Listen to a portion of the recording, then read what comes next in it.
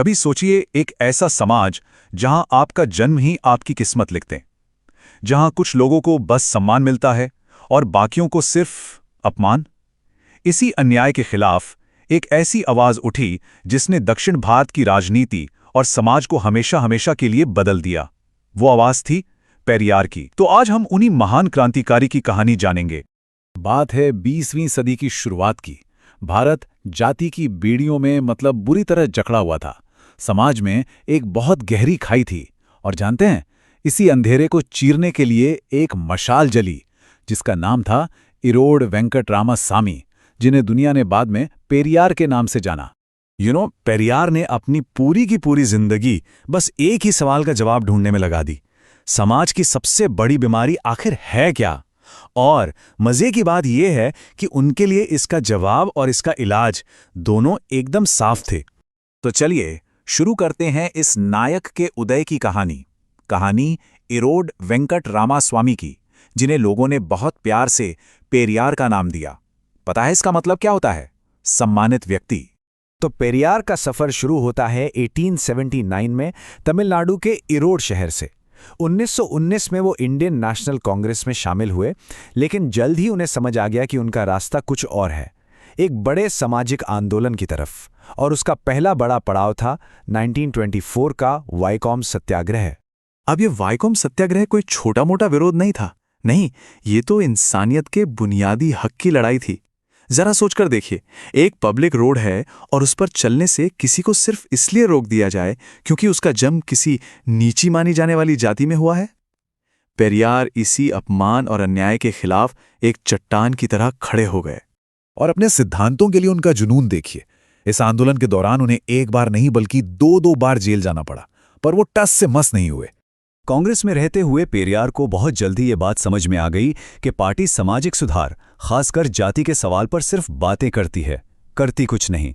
और जब उन्होंने पार्टी में ब्राह्मणवादी वर्चस्व ऊंची जातियों के दबदबे पर सवाल उठाया, तो उन्हें पार्टी के अंदर से ही भारी विरोध झेलना पड़ा।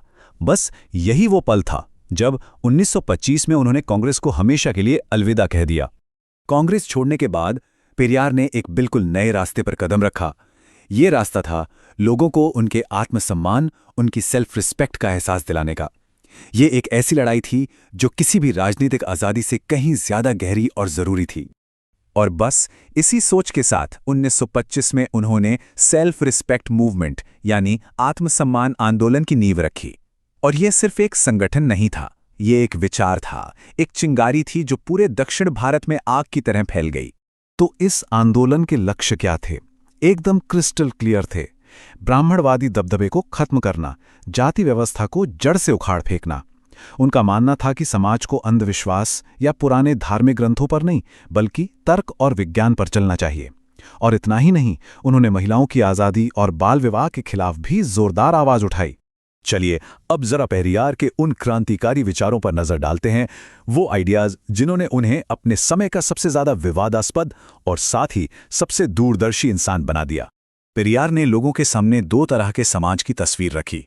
एक वो जो धर्म, आस्था और ऊंच नीच के सिस्टम पर टिका था, और दूसरा वो समाज जिसका वो सपना देखते थे, जो तर्क, बराबरी और साइंटिफिक सोच पर आधारित हो। उनके लिए सच्ची आज़ादी का मतलब इसी दूसरे समाज को बनाना था। और सुनिए, पेरियार सिर्फ बातें नहीं करते थे, वो जो कहते थे वो करते भी थे। उन्होंने सरेआम उन सभी धार्मिक ग्रंथों को जलाया और खारिज किया जो समाज में इंसानों के बीच भेदभाव और नाइंसाफी को सही ठहराते थे। और यहीं से उनकी और गांधी की वो मशहूर बहस शुरू होती है। पेरियार का स्टैंड बिल्कुल साफ था। उनका कहना था हिंदू धर्म को पूरी तरह से खत्म कर देना चाहिए।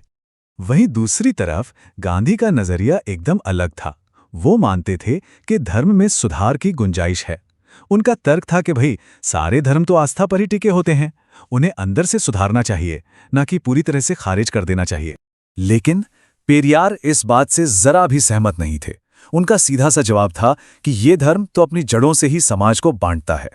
उन्होंने कहा, जो धर्म इंसानों में ऊंच नीच का भेद करे वो कोई सिद्धांत नहीं, वो तो एक कलंक है। तो इस बहस का निचोड़ पेरियार की इसी सोच में है कि सच्चा सुधार पूरी तरह से किसी चीज को नकारने के बिना हो ही नहीं सकता। उनका मानना था कि अगर आप किसी धर्म के ढांचे को मान लेते हैं तो आप उसकी बुनियादी खामियों को कभी नहीं बदल सकते। तो सवाल ये उठता है कि पेरियार की इस क्रांतिकारी सोच का आज क्या मतलब है। चलिए उनकी विरासत और आज के समय में उसकी अहमियत को समझने की कोशिश करते हैं। ये तस्वीरें उनके पूरे जीवन की कहानी बयां करती हैं। एक युवा विद्रोही से लेकर सामाजिक न्याय के एक पुरोधा तक का सफर।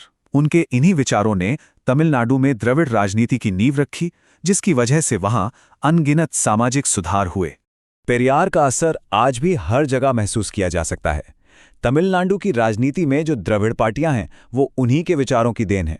सामाजिक न्याय की बात करें तो जातिगत भेदभाव और महिलाओं के अधिकारों पर बने कई कानून उनके ही संघर्ष का नतीजा है। और सबसे बढ़कर उन्होंने समाज में तर्क और वैज्ञानिक सोच को बढ़ावा दिया।